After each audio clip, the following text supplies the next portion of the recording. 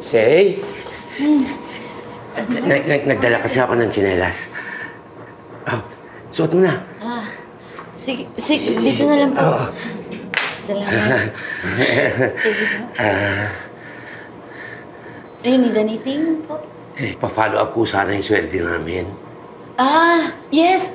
Okay, of course. Mang Ruben, do you know po saan nakalagay yung pera nila daddy dito?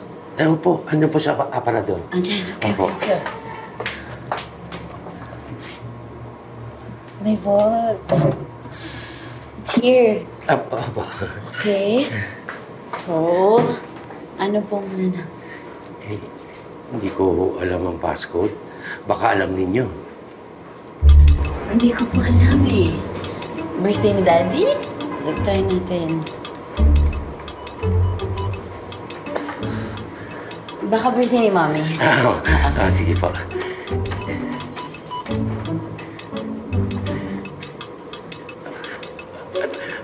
Anniversary! Anniversary! Anniversary.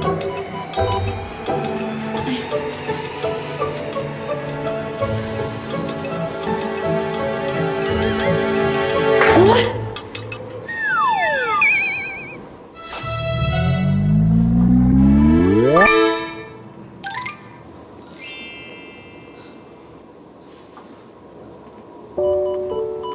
Yun!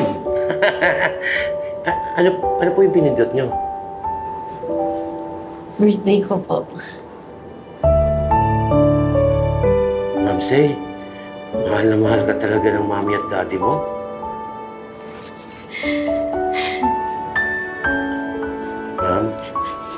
Ma'am, yung sweldo namin.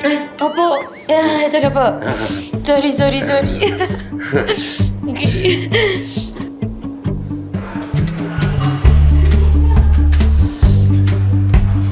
Ay, good morning, ma'am. Ay, Say pala, Say. Good morning. Say! Tita Susan, nabibisita po kayo. Siyempre! Gusto ko lang kasing bisitahin tong lechona ni Kuya. Concern lang din kasi ako kung sino na ba yung nagmamanage nito. That's me po. That's why I'm here. Ha? Ikaw? Yeah. Sa ganda mo niyan, di ka bagay dito. Baka gusto mo ako na lang sumano nito. Di ba alam mo naman na business major tong tita mo? Eh ikaw, fashion!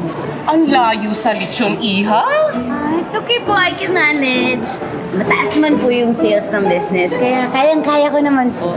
Really? Yeah. Are you sure? Yes, I'm sure, tita. Yun nga eh. Mataas ang sales pero baka bumagsak. Don't worry po. I won't let that happen. I promise. Okay. Sabi mo eh. Sige po. Sige. Ingat po kayo. Tingnan natin kung kaya mo. Okay, iha.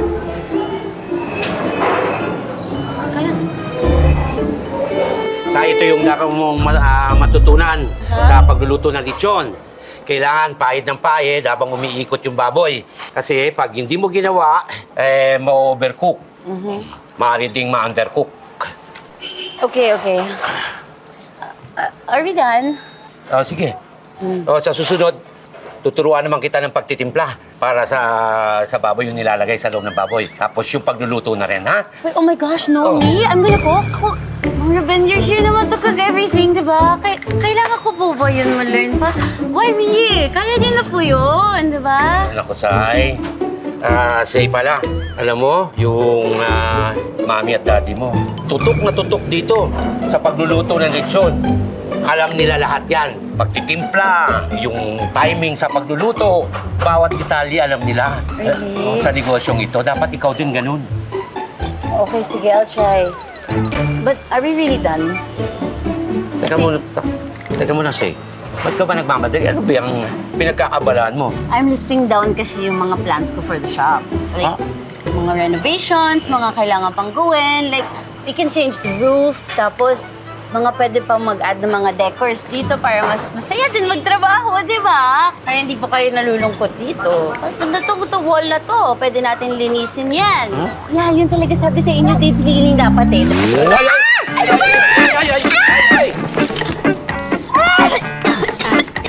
Ay! Ayun, mama.